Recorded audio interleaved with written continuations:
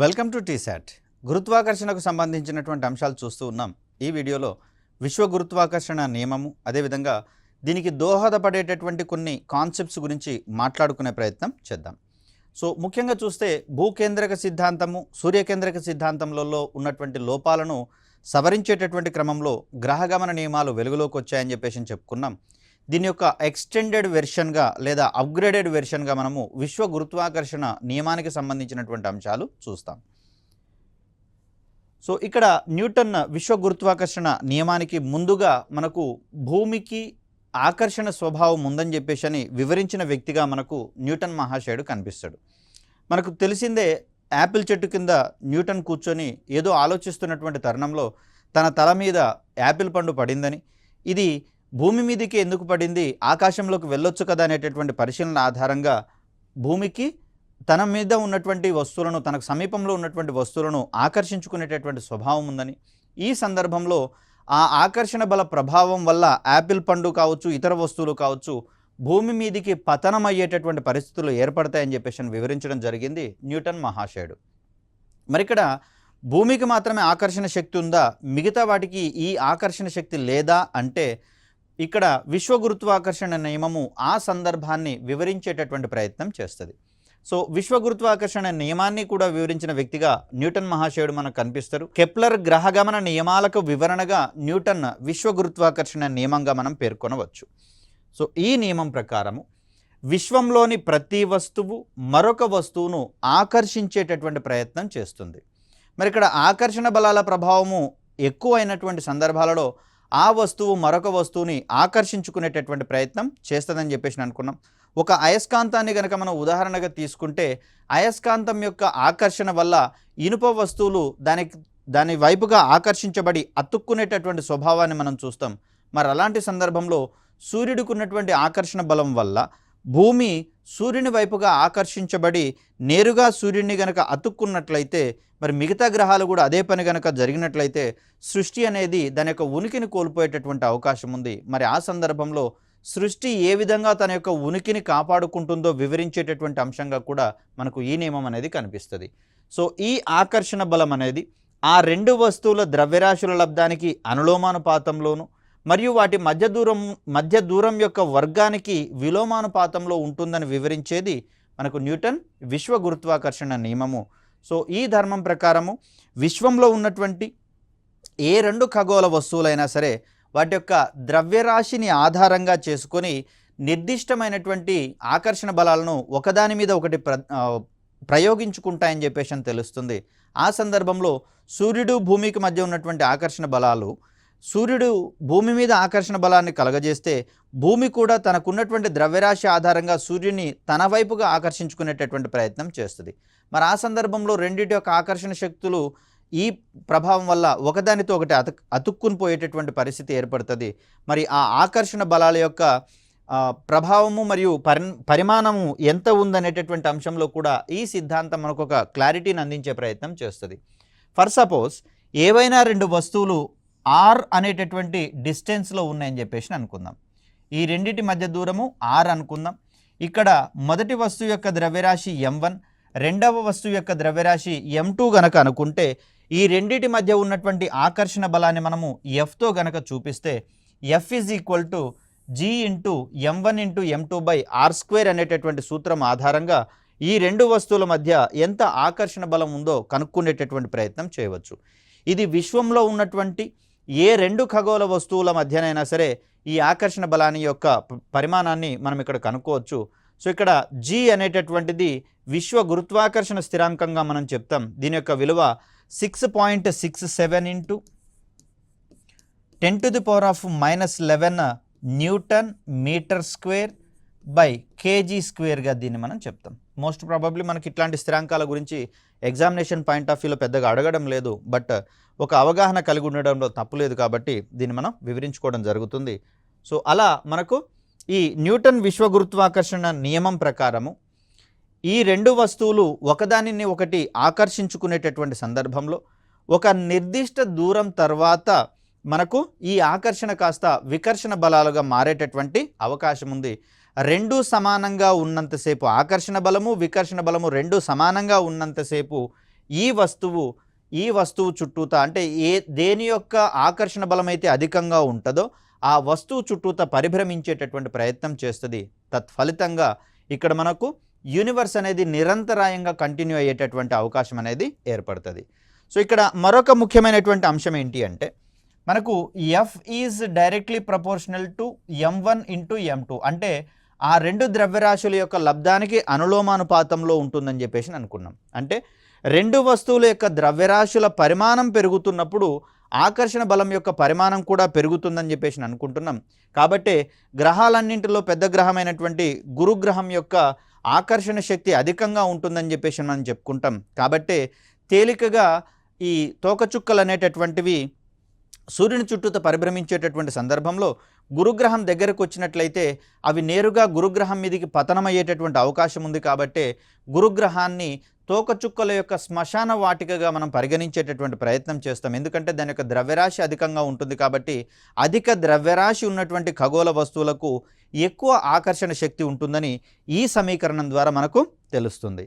ఇక దీని తర్వాత మనం గురుత్వాకర్షణ నియమం ద్వారా తెలుసుకున్నటువంటి మరొక అంశము F is inversely proportional to ఆ రెండిటి మధ్య ఉన్నటువంటి దూరం యొక్క వర్గానికి విలోమానుపాతంలో ఉంటుందని చెప్తున్నాం. అంటే F is inversely proportional to 1/r². ఇక్కడ r విలువ అనేది హారంలో ఉంది కాబట్టి రెండిటి మధ్య విలోమ సంబంధం ఉంటుందనుకుంటున్నాం. కాబట్టి ఒకవేళ r విలువ గనక ఎక్కువగా ఉంది అనుకుందాం, అంటే ఖగోళ వస్తువుల మధ్య దూరం గనక ఎక్కువగా ఉన్నట్లయితే మనకు ఆకర్షణ బలం ఏమవుతుంది, విలోమానుపాతం ప్రకారము తగ్గేటటువంటి అవకాశం ఉంది. కాబట్టి రెండు వస్తువుల మధ్య దూరం పెరిగినట్లయితే ఆ రెండు వస్తువుల మధ్య ఉండే ఆకర్షణ శక్తి తక్కువగా ఉంటుందనేటటువంటి అంశాన్ని ఇక్కడ మనం గమనించాలి. ఒకవేళ r విలువ గనక తగ్గుతూ ఉన్నట్లయితే అంటే రెండు ఖగోళ వస్తువులు ఒకదానికొకటి సమీపంలో ఉన్నటువంటి సందర్భంలో మనకు ఆకర్షణ బలం అనేది ఇక్కడ ఇన్వర్స్ ప్రపోర్షన్ కాబట్టి r తగ్గితే f అనేది పెరుగుతుంది. కాబట్టి బుధ గ్రహం మీద సూర్యుడి యొక్క ఆకర్షణ బలం అధికంగా ఉంటుంది, ఎందుకంటే రెండిటి మధ్య దూరం తక్కువగా ఉన్నటువంటి సందర్భం. అదేవిధంగా యురేనస్ మరియు నెప్ట్యూన్ లాంటి గ్రహాలను కనుక మనం గమనిస్తే ఇది సూర్యుడి నుంచి కంపేర్ చేస్తే ఎక్కువ దూరంలో ఉంటుంది. కాబట్టి ఈ సందర్భంలో దూరం పెరుగుతున్నప్పుడు రెండిటి మధ్య ఆకర్షణ తగ్గుతుంది. కాబట్టి ఈ తక్కువ ఆకర్షణ బలం వల్ల ఇది కాస్త నిదానంగా సూర్యుని చుట్టూత పరిభ్రమించేటటువంటి ప్రయత్నం చేస్తుంది. అధిక ఆకర్షణ అనేది బుధ గ్రహం మీద ప్రయోగిస్తున్నటువంటి సందర్భంలో ఈ ఆకర్షణ బలాన్ని తప్పించుకునేటటువంటి క్రమంలో బుధ గ్రహము సూర్యుని చుట్టూత వేగంగా పరిభ్రమణం చేసేటటువంటి ప్రయత్నం చేస్తుంది. కాబట్టి తక్కువ ఆవర్తన కాలం అనేది బుధ గ్రహానికి ఉంటుంది. యురేనస్ అనేది దూరంలో ఉంటుంది, ఆకర్షణ బలం అనేది తక్కువగా ఉంటుంది సూర్యుని యొక్క ఆకర్షణ బలం. కాబట్టి ఇది నిదానంగా సూర్యుని చుట్టూత పరిభ్రమించేటటువంటి క్రమంలో దీని యొక్క ఆవర్తన కాలము కొన్ని సంవత్సరాలు ఉన్నటువంటి పరిస్థితి మనం చూస్తూ ఉన్నాం. సో అలా దీన్ని మనం అర్థం చేసుకోవాల్సి వస్తుంది. సో సూర్యునికి దగ్గరగా ఉన్నటువంటి సందర్భంలో ఆకర్షణ బలం అధికంగా ఉంటుంది. కాబట్టి మరి దీన్ని తట్టుకునేటటువంటి క్రమంలో అది అధికమైనటువంటి వేగంతో సూర్యుని చుట్టూత పరిభ్రమించాల్సి వస్తుంది. కాబట్టి సూర్యునికి దగ్గరగా ఉన్నటువంటి గ్రహాల మీద ఆకర్షణ బలం అధికంగా ఉంటుంది. సో దట్ వాటి యొక్క పరిభ్రమణ వేగం కూడా అధికంగా ఉంటున్నటువంటి పరిస్థితి. అదేవిధంగా సూర్యునికి దూరంగా ఉన్నటువంటి గ్రహాలు ఏవైతే ఉన్నాయో వీటి మీద ఆకర్షణ బలం తక్కువగా ఉంటుంది. కాబట్టి వీటి యొక్క పరిభ్రమణ వేగం అనేది తక్కువగా ఉంటుంది. సో ఈ రకమైనటువంటి అంశాలను వివరించినటువంటి సిద్ధాంతంగా మనకు న్యూటన్ విశ్వ గురుత్వాకర్షణ నియమం అనేది లేదా సిద్ధాంతం అనేది మనకు కనిపిస్తూ ఉంది.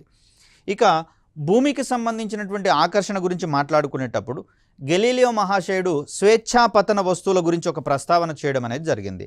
స్వేచ్ఛాపతన వస్తువు అంటే ఇక్కడ భూమి ఉంటున్నటువంటి సందర్భంలో ఒక నిర్దిష్టమైనటువంటి ఎత్తు నుంచి ఒక వస్తువుని కిందికి వదిలివేసినటువంటి సందర్భంలో ఇది భూమి యొక్క ఆకర్షణ ఫలితం వల్ల అధికమైనటువంటి వేగంతో భూమి వైపుగా ప్రయాణించేటటువంటి ప్రయత్నం చేస్తుంది. ఈ సందర్భంలో దీని యొక్క ద్రవ్యరాశి ఎంత ఉన్నా కూడా మార్గ మధ్యంలో బరువు లేదా భారం అనేది శూన్యం అవుతుంది. కాబట్టి ఈ సందర్భంలో అది భారరహిత స్థితిలో ఉంటుంది. సో గుర్తుపెట్టుకోండి, వస్తువుకి భారంలో హెచ్చుతగ్గులు ఉండేటటువంటి అవకాశం ఉంది, వస్తువు యొక్క బరువు మారేటందుకు అవకాశం ఉంది, కానీ వస్తువు యొక్క ద్రవ్యరాశి మారేటటువంటి అవకాశం లేదు. ఇక్కడ బరువు భారం అనేది దేనివల్ల కలుగుతుంది అంటే ఆ వస్తువు యొక్క ద్రవ్యరాశి మీద భూమి ప్రయోగించేటటువంటి గురుత్వాకర్షణ వల్ల బరువు లేదా భారం అనేది ఏర్పడుతుంది. సో వీటికి సంబంధించినటువంటి అంశాలను కొంచెం క్లారిఫై చేసుకునే ప్రయత్నం చేద్దాం. గురుత్వాకర్షణ బలం వల్ల వస్తువులు పొందేటటువంటి త్వరణాన్ని మనం గురుత్వ త్వరణం అని చెప్పేసి అంటాం. త్వరణం అంటే ఏంటి? వేగంలో వచ్చేటటువంటి మార్పు రేటునే మనం త్వరణంగా చెప్పుకుంటూ ఉన్నాం. కాబట్టి మరి గురుత్వ త్వరణం యొక్క విలువను మనము జీ అనేటటువంటి సంకేతంతో చూపిస్తాం. భూమి యొక్క గురుత్వ త్వరణం విలువ 9.8 మీటర్స్ పర్ సెకండ్ స్క్వేర్గా మనం చెప్తాం. సార్, భూమి యొక్క గురుత్వ త్వరణము అన్ని ప్రాంతాలలో సమానంగా ఉంటుందంటే కొన్ని రకాలైనటువంటి అక్కడ నిర్దిష్టమైనటువంటి పరిమితులు అనేవి ఉన్నాయి. సో చంద్రుని యొక్క గురుత్వ త్వరణం విలువను కనుక మనం గమనిస్తే ఇక్కడ 1.63 మీటర్స్ పర్ సెకండ్ స్క్వేర్ అనేది మనకు కనిపిస్తూ ఉంది. సుమారుగా చూడండి, ఇక్కడ 6వ వంతు అనేది మనకు కనిపిస్తుంది. అంటే భూమి యొక్క గురుత్వ త్వరణం విలువలో చంద్రుని యొక్క గురుత్వ త్వరణం విలువ 6వ వంతు అనేది మనకు కనిపిస్తూ ఉంది. కాబట్టి భూమి మీద 60 కేజీలు ఉన్నటువంటి వ్యక్తి ఒకవేళ చంద్రుని మీది గనక పోయినట్లయితే అక్కడ గురుత్వ త్వరణం విలువ తగ్గుతోంది. కాబట్టి 10 కేజీల బరువు మాత్రమే ఉండేటటువంటి అవకాశం ఉంది. అంతేకాని మనిషిలోని ఏ అవయవాన్ని మనం తొలగించలేదంటే ద్రవ్యరాశి స్థిరంగానే ఉంటుంది, ద్రవ్యరాశి మారదు. కానీ ఇక్కడ ఆ మనిషి ఉండేటటువంటి స్థానం మారింది కాబట్టి అక్కడ బరువు అనేది తగ్గుతున్నటువంటి పరిస్థితిని మనం చూస్తాం. అదేవిధంగా సూర్యుని యొక్క గురుత్వ త్వరణం విలువను కనుక మనం గమనిస్తే ఇది 27.4 మీటర్స్ పర్ సెకండ్ స్క్వేర్గా మనం ఇక్కడ చూస్తాం. సుమారుగా 3 రెట్లు అధికంగా ఉన్నటువంటి పరిస్థితి. ఈ గురుత్వ త్వరణం దేనివల్ల వస్తుంది అంటే భూమి తన యొక్క ఆకర్షణ శక్తి వల్ల ఆ వస్తువులను తన వైపుగా ఆకర్షించుకునేటటువంటి ధర్మం ఆధారంగా గురుత్వ త్వరణం అనేది ఏర్పడుతుంది. సో ఇక్కడ భూమి యొక్క గురుత్వ త్వరణం విలువను ప్రభావితం చేసే అంశాలను కనుక మనం గమనిస్తే భూమి యొక్క ఉపరితలం నుండి ఆ వస్తువు ఉండేటటువంటి ఎత్తును బట్టి ఇక్కడ గురుత్వ త్వరణం విలువ అనేది మారేటందుకు అవకాశం ఉంది. ఫర్ సపోజ్ భూమి యొక్క ఉపరితలం మీద 9.8 మీటర్ స్క్వేర్ అనేటటువంటిది మీటర్స్ పర్ సెకండ్ స్క్వేర్ అనేటటువంటిది గురుత్వ త్వరణం యొక్క విలువ అయినప్పుడు ఒక 20 అంతస్తుల మల్టీ స్టోర్డ్ బిల్డింగ్ని కనుక మనం చూసుకుంటే సో ఇక్కడ భూమి నుంచి ఉపరితలం నుంచి దీని యొక్క ఎత్తు పెరిగింది కాబట్టి ఇక్కడ తగ్గేటందుకు అవకాశం ఉంది. అదేవిధంగా అంతరిక్షంలో ఎగువకు పోతున్నటువంటి సందర్భంలో భూమి యొక్క ఉపరితలం నుంచి అది ప్రయాణించేటటువంటి ఎత్తు లేదా దూరం అనేది పెరుగుతూ ఉంది. కాబట్టి రెండు వస్తువుల మధ్య దూరం పెరుగుతున్నప్పుడు రెండింటి మధ్య ఆకర్షణ అనేది తగ్గుతూ ఉంటుంది. కాబట్టి ఈ సందర్భంలో ఎత్తు అధికమవుతున్న కొద్దీ ఆ వస్తువుల యొక్క గురుత్వాకర్షణ బల ప్రభావం అనేది తగ్గుతుంది. కాబట్టి త్వరణం విలువ కూడా ప్రభావితం అయ్యేందుకు అవకాశం అనేది ఉంది. అదేవిధంగా భూ ఉపరితలం నుంచి ఆ వస్తువు ఉండేటటువంటి లోతు అంటే లోతుకు వెళుతున్న కొద్దీ ఉపరితలం నుంచి లోతుకు వెళ్తున్న కొద్దీ గురుత్వ త్వరణం విలువ మారేటందుకు అవకాశం ఉంది. దీని తర్వాత భూమి యొక్క వ్యాసార్థం విలువ అంటే భూమి యొక్క వ్యాసార్థం విలువ భూమధ్య రేఖ దగ్గర ఎక్కువగా ఉంటుందని ధృవాల దగ్గర తక్కువగా ఉంటుందని మనందరము తెలుసుకున్నాం. భూమి అనేది గోళాకారంలో పర్ఫెక్ట్ గోళాకారంలో కాకుండా ఒక జియోయిడ్ ఆకారంలో ఉంటుందని చెప్పేసి మనం చెప్పుకుంటాం. అంచులు ఒత్తబడినటువంటి ఒక గోళం యొక్క షేప్లో ఉంటుంది. మరి ఈ సందర్భంలో భూమి యొక్క కేంద్రం నుంచి భూమధ్య రేఖ దగ్గర చూస్తే గనక ఈ వ్యాసార్థం విలువ అధికంగా ఉంటుంది. ధృవాల వద్ద చూస్తే గనక వ్యాసార్థం విలువ తక్కువగా ఉంటుంది. మరి భూకేంద్రం నుంచి దూరం పెరుగుతున్నప్పుడు మనం చెప్పుకున్నాం దూరం ఎక్కువ అవుతుంటే ఆకర్షణ తగ్గుతుందని చెప్పేసి అనుకున్నాం. కాబట్టి ఇక్కడ భూమధ్య రేఖ దగ్గర గురుత్వ త్వరణం విలువ తక్కువగా ఉండే అవకాశం ఉంది. ధృవాల వద్దతో కంపేర్ చేస్తే ఈ వ్యాసార్థం అనేది తగ్గుతుంది. కాబట్టి ఈ సందర్భంలో గురుత్వ త్వరణం విలువ అధికంగా ఉండేటటువంటి అవకాశం ఉంది. సో దట్ భూమధ్య రేఖ నుంచి ధృవాల వైపుకు వెళ్ళే కొద్దీ గురుత్వ త్వరణం విలువ ఏమవుతుంది అంటే పెరిగేటందుకు అవకాశం ఉందని చెప్పేసి అని చెప్తాం. ధృవాల నుంచి భూమధ్య రేఖ వైపుకు వచ్చే కొద్దీ గురుత్వ త్వరణం విలువ తగ్గుతుంది అనేటటువంటి కోణాన్ని ఇక్కడ మనం అర్థం చేసుకోవాలి. ఇది స్టేట్మెంట్ రిలేటెడ్ క్వశ్చన్గా పడేటటువంటి అవకాశం ఉంది. ఎందుకంటే మైన్యూర్ డిఫరెన్సెస్ కాన్సెప్ట్ ఓరియంటెడ్గా ఉంది కాబట్టి వీటి మీద మనం కాన్సన్ట్రేషన్ చేయాల్సిన అవసరం ఉంది. దీని తర్వాత భూమిపై ఉండే బరువైన ఎత్తైన నిర్మాణాల మీద గురుత్వ త్వరణం మారేటటువంటి అవకాశం ఉంది. భూగర్భంలో ఉండే ఖనిజ నిక్షేపాల దగ్గర కూడా గురుత్వ త్వరణం విలువ మార్పులకు గురయ్యేటటువంటి అవకాశం ఉంది. సో ఈ ప్రభావాల వల్ల గురుత్వ త్వరణం విలువ హెచ్చు తగ్గులకు లోనయ్యేటటువంటి అవకాశం ఉంది. కాబట్టి చూడండి, ఈ భూమి యొక్క గురుత్వ త్వరణం విలువను కనుగొనేటటువంటి క్రమంలో గ్రౌండ్ ఫ్లోర్లో ఉన్నప్పుడు వచ్చేటటువంటి విలువ ఒక 20 అంతస్తుల బిల్డింగ్ మీద పైభాగంలో ఉన్నప్పుడు అదే ఎక్స్పెరిమెంట్ని చేసినప్పుడు గురుత్వ త్వరణం యొక్క విలువ మారేటటువంటి అవకాశం ఉంది. ఖచ్చితమైనటువంటి రిజల్ట్ వచ్చే అవకాశం లేదు. సో దానికి కారణం ఏంటి అంటే భూమి యొక్క గురుత్వ త్వరణాన్ని ఈ అంశాలు ప్రభావితం చేస్తున్నాయనే అంశాన్ని ఇక్కడ మనం గుర్తుంచుకోవాలి. సో ఒక ప్రాంతం యొక్క గురుత్వ త్వరణం యొక్క విలువను కనుక్కోవడానికి మనకు గురుత్వ మాపకం అనేటటువంటిది పనిచేస్తుంది. దీంట్లో మనకు గల్ఫ్ గురుత్వ మాపకం అని, బాలెడమ్ గురుత్వ మాపకం అనేటటువంటివి ఉన్నాయి. మనకు దీన్నే ఇంకొకటి సింపుల్ పెండ్యులం, లఘులోలకం అనేటటువంటి ఎక్స్పెరిమెంట్ మనకు ఉంటుంది ఇంటర్మీడియట్లో. సో దీని ఆధారంగా కూడా మనం గురుత్వ త్వరణాన్ని క్యాల్కులేట్ చేసేటటువంటి ప్రయత్నం చేస్తాం. సో ప్రాచీన భారతీయ శాస్త్రవేత్తలు గురుత్వాకర్షణకు ప్రత్యామ్నాయంగా వాడినటువంటి పదంగా బృహత్ ద్రవ్యరాశుల ఆకర్షణగా మనం చెప్తాం. అంటే రెండు ఖగోళ వస్తువులకు ద్రవ్యరాశి వల్ల ఏర్పడేటటువంటి ఆకర్షణ బలం కాబట్టి ఈ రకమైనటువంటి పదాన్ని వారు ఉపయోగించడం అనేది జరిగింది. కాలక్రమంలో ఈ పదము గురుత్వాకర్షణగా మారినటువంటి సందర్భాన్ని ఇక్కడ మనం చూడాలి.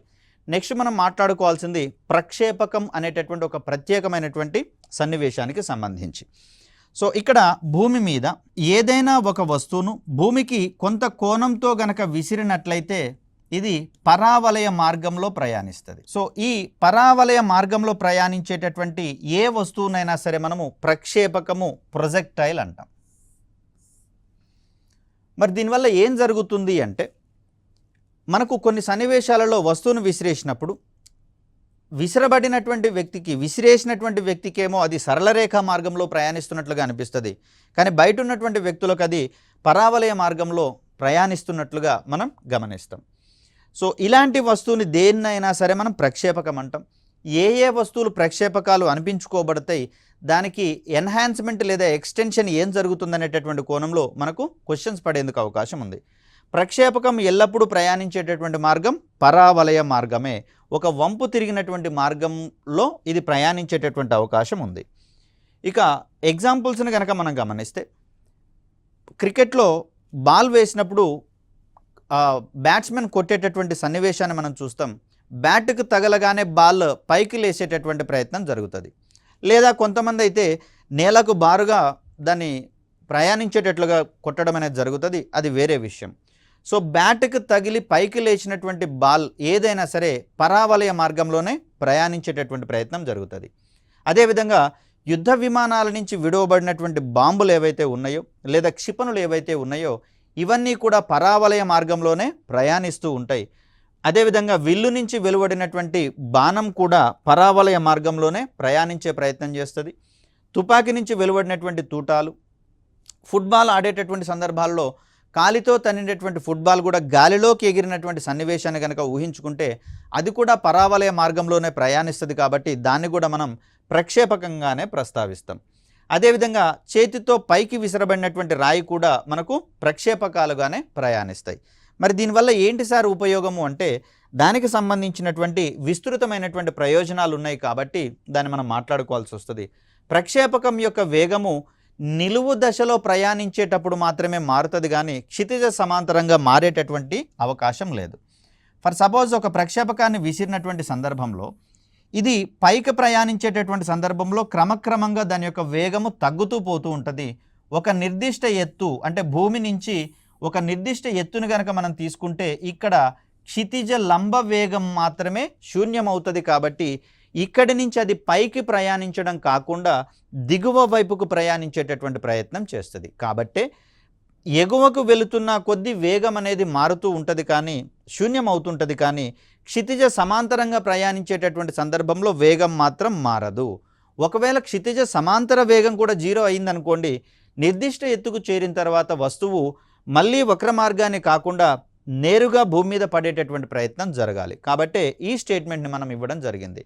పైకి వెళ్ళేటటువంటి క్రమంలో నిలువు దిశలో మాత్రమే మారుతూ ఉంటుంది, కానీ క్షితిజ సమాంతర దిశలో మారకుండా అది భూమిని చేరే వరకు ఒకే రకంగా ఉంటుందనేటటువంటి అంశాన్ని మనం గమనించాలి. ఈ క్షితిజ సమాంతర దిశలో వచ్చేటటువంటి వేగం దేనివల్ల వస్తుంది అంటే భూమి యొక్క ఆకర్షణ బలం వల్ల వస్తుందని చెప్పేసి మనం చెప్పుకోవచ్చు.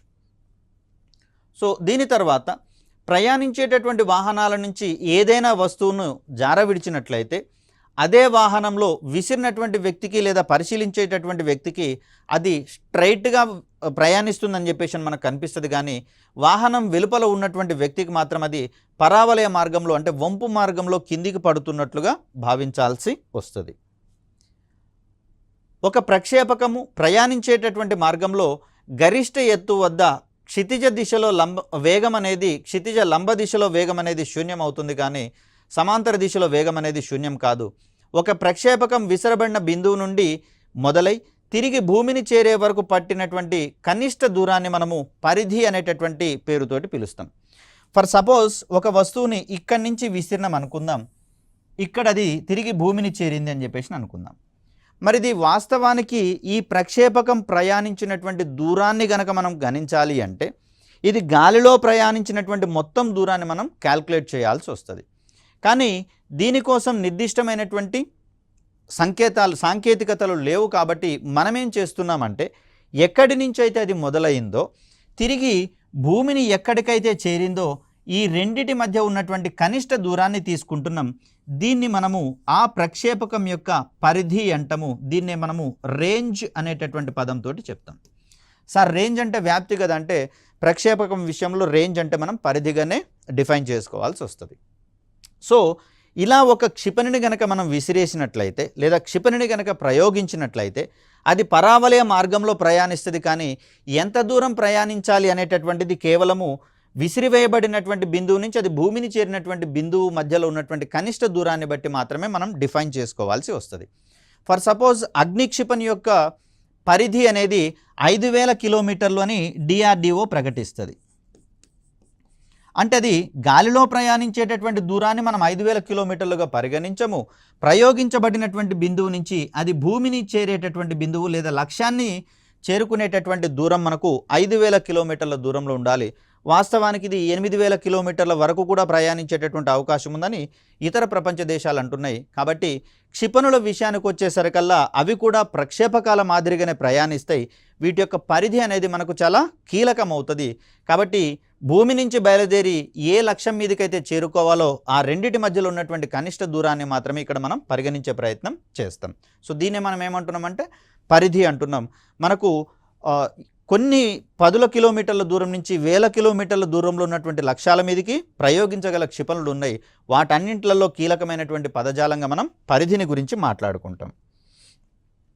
సో ఏదైనా ప్రక్షేపకం యొక్క పరిధి భూ ఆకర్షణ పరిధిని దాటగలిగేటట్లుగా విసరగలిగితే అది భూమి చుట్టూ ఒక ఉపగ్రహం మాదిరిగా పరిభ్రమించేటటువంటి ప్రయత్నం చేస్తుంది. ఫర్ ఎగ్జాంపుల్ భూమి యొక్క ఉపరితలం ఈ విధంగా ఉంది అనుకున్నప్పుడు ఒక వస్తువుని ఇక్కడి నుంచి మనం విసిరేసేటటువంటి ప్రయత్నం చేస్తున్నాం. సో ఈ వ్యక్తి విసిరేస్తున్నప్పుడు విసిరేసేటందుకు ఉపయోగించే బలం గనక పెంచుతూ పోతున్నప్పుడు దాని యొక్క పరిధి కూడా పెరిగేటటువంటి అవకాశం ఉంది. కొంత బలంతో విసిరివేసినప్పుడు వస్తువు ఇక్కడి వరకు వచ్చిందని చెప్పేసి అనుకుందాం. ఇది A అనేటటువంటి వస్తువుగా మనం చూద్దాం. ఇంకొంచెం వేగంతో విసిరివేసినప్పుడు దీని యొక్క పరిధి అమాంతంగా పెరుగుతుంది. కాబట్టి ఇంకొంత దూరంకి వచ్చినప్పుడు B అనేటటువంటి వస్తువును విసిరేసినాము. దీని యొక్క పరిధి అమాంతం పెరిగినటువంటి అంశాన్ని మనం ఇక్కడ గమనించాలి. అలా కాకుండా మరికొంత వేగంతో దీన్ని కనుక విసిరేసినట్లయితే ఇది భూమి యొక్క ఉపరితలం మీదికి తిరిగి రానటువంటి పరిస్థితులలో ఏం చేస్తుంది అంటే అది ఒక సుస్థిరమైనటువంటి కక్షలో భూమి చుట్టూతా పరిభ్రమించేటటువంటి ప్రయత్నం చేస్తుంది. ఉపగ్రహాలను ప్రయోగించడంలో ఇమిడి ఉన్నటువంటి సూత్రం కూడా ఇదే. సో ఇక్కడ ఏం చేస్తున్నాము, A అనేటటువంటి వస్తువు భూమి యొక్క ఆకర్షణ ప్రభావం వల్ల ఒక నిర్దిష్టమైనటువంటి దూరం వరకు ప్రయాణించి తిరిగి భూమి మీదనే పతనమయ్యింది అని చెప్తాం, లేదా భూమి మీద పడిపోయింది అని చెప్తాం. B అనే వస్తువుని మరికొంత వేగంతో లేదా మరికొంత అధిక బలాన్ని జోడించి విసిరివేసినప్పుడు ఇది ఎక్కువ దూరాలను చేరుకొని తిరిగి ఇక్కడ పతనం కావడం అనేది జరిగింది. ఇక C అనేటటువంటి వస్తువుని భూమి యొక్క ఆకర్షణ పరిధిని దాటి భూ ఉపరితలం మీద పడకుండా విసిరివేయబడింది. కాబట్టి అది భూమిని చేరకుండా భూమి చుట్టూతా ఒక నిర్దిష్టమైనటువంటి కక్షలో పరిభ్రమించేటటువంటి ప్రయత్నం చేస్తుంది. సో ఈ సందర్భంలో ఆ భూమి యొక్క ఆకర్షణ పరిధిని దాటించి వస్తువులను విసిరివేయడానికి అవసరమైనటువంటి వేగాన్ని మనము పలాయన వేగము, ఎస్కేప్ వెలాసిటీ అంటాం. భూమికి సంబంధించినటువంటి ఈ ఎస్కేప్ వెలాసిటీ యొక్క విలువ మనకు 11.2 కిలోమీటర్స్ పర్ సెకండ్. అంటే ఒక సెకనుకి ఒక వస్తువుని 11.2 కిలోమీటర్ల వేగంతో గనక మనం విసిరివేయగలిగితే ఆ వస్తువు తిరిగి భూమి యొక్క ఉపరితలం మీద పడకుండా భూమి చుట్టూతా పరిభ్రమించేటటువంటి ప్రయత్నం చేస్తుంది. ఈ సందర్భంలో ఆ ప్రక్షేపకాన్ని మనము ఉపగ్రహం అనేటటువంటి పేరుతోటి పిలుస్తాం. ఇక్కడ చంద్రుని మీద గురుత్వ త్వరణం విలువ తక్కువగా ఉంటుంది అనుకున్నాం కాబట్టి, గురుత్వాకర్షణ బలం కూడా తక్కువగా ఉంటుంది కాబట్టి చంద్రుని యొక్క పలాయన వేగం విలువ భూమి యొక్క పలాయన వేగం విలువలో 5వ వంతు మాత్రమే ఉంటుందని చెప్పేసి అనుకుంటాం. మనది 11.2 కిలోమీటర్లు కాబట్టి చంద్రుని మీదకి వచ్చేసరికి ఇది కేవలము 2.4 కిలోమీటర్లు పర్ సెకండ్గా మనకు కనిపిస్తుంది. కాబట్టే చంద్రయాన్ 1, చంద్రయాన్ 2, చంద్రయాన్ 3 పేర్లతోటి భారతదేశం రూపొందించుకున్నటువంటి చంద్రుని యొక్క అన్వేషణ యాత్రలలో భాగంగా చంద్రుని మీద ఒక మజిలీ మాదిరిగా ఏర్పాటు చేసుకొని భవిష్యత్ ఖగోళ అన్వేషణ మిషన్ల కోసం దాన్ని ఉపయోగించుకోవాలని చెప్పేసి అనుకుంటున్నాం. ఎందుకంటే భూమి మీద అయితేనేమో వస్తువుల్ని సెకన్కి 11.2 కిలోమీటర్ల వేగంతో విసిరేయాల్సి వస్తుంది. అదే చంద్రుని మీద అయితే కేవలం 2.4 కిలోమీటర్ల వేగంతో విసిరివేయగలిగితే సరిపోతుంది.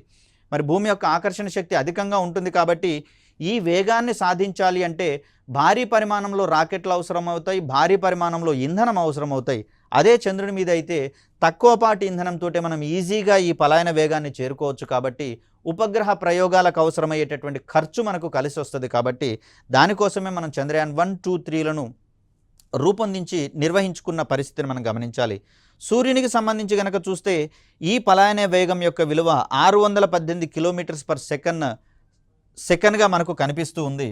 సో కాబట్టే అత్యంత తేలికైనటువంటి హైడ్రోజన్ వాయువు కూడా సూర్యుడి మీది నుంచి, సూర్యుని యొక్క ఉపరితలం మీది నుంచి దాటి బయటికి పోకుండా అక్కడ బంధించబడుతున్నాయి. కాబట్టే అది సుస్థిరంగా మనకు కేంద్రక సంలీన ప్రక్రియల ద్వారా వెలుతురుని, వేడిని అందించేటటువంటి ప్రయత్నం జరుగుతుంది. దీనికి కారణంగా సూర్యుని మీద అధిక పలాయన వేగం ఉండడం అనేది ఒక కారణంగా మనం చెప్తాం. చంద్రుని మీద తక్కువ పలాయన వేగం ఉంది కాబట్టే వాతావరణ కణాలన్నీ కూడా అక్కడ ఈ వేగాన్ని ఈజీగా సంతరించుకోవడం ద్వారా చంద్రుని యొక్క ఆకర్షణ పరిధిని దాటి అంతరిక్షంలోకి వెళ్ళిపోయినట్లుగా మనం చెప్తాం. కాబట్టి చంద్రుని మీద వాతావరణం లేదు. ఎందుకు అంటే దానికి కారణము చంద్రుని యొక్క గురుత్వ త్వరణం విలువ తక్కువ, చంద్రుని యొక్క ఆకర్షణ విలువ తక్కువ, అదేవిధంగా చంద్రుని మీద పలాయన వేగం కూడా తక్కువ అనేటటువంటి కారణాలను ఇక్కడ మనం గుర్తుంచుకోవాలి.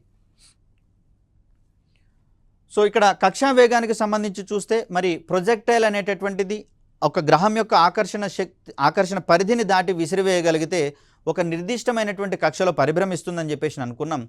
ఆ నిర్దిష్టమైనటువంటి కక్షలో పరిభ్రమించినంతసేపు దానికి ఒక నిర్దిష్టమైనటువంటి వేగం ఉంటుంది. వేగం గనక పెరిగినట్లయితే మరొక కక్షకు మారేటందుకు అవకాశం ఉంది. వేగం గనక తగ్గితే ఇంకొక కక్షకు మారేటందుకు అవకాశం ఉంది. అలా కక్షా వేగం అనేది ఒక ఖగోళ వస్తువు చుట్టూతా ఉపగ్రహాలు కావచ్చు, కృత్రిమ ఉపగ్రహాలు కావచ్చు, సహజ ఉపగ్రహాలు కావచ్చు పరిభ్రమించేటటువంటి సందర్భంలో ఒక కీలకమైనటువంటి అంశంగా మనకు కనిపిస్తుంది. ఒక గ్రహం చుట్టూతా కక్షలో ప్రయాణించడానికి ఒక వస్తువుకు ఉండాల్సినటువంటి వేగాన్ని మనం కక్షా వేగంగా పరిగణించుకుంటూ ఉంటాం. సాధారణంగా ఒక గ్రహం యొక్క పలాయన వేగానికి అది √2 టైమ్స్ ఉంటుందని చెప్పేసి అంటున్నారు. అంటే ఇక్కడ ఆర్బిటాల్ వెలాసిటీ OV అనుకుంటే ఇది √2 ఇంటూ ఎస్కేప్ వెలాసిటీగా మనం చెప్తాం. సో ఇది నిర్దిష్టమైనటువంటి కక్షల యొక్క ఎత్తు ప్రకారం కూడా మారుతూ ఉంటుంది. కాబట్టి వాటికి అనుగుణంగా ఉపగ్రహాలను ప్రయోగించి వాటికి ఒక నిర్దిష్టమైనటువంటి కక్షా వేగాలను అందించేటటువంటి ప్రయత్నం చేస్తారు.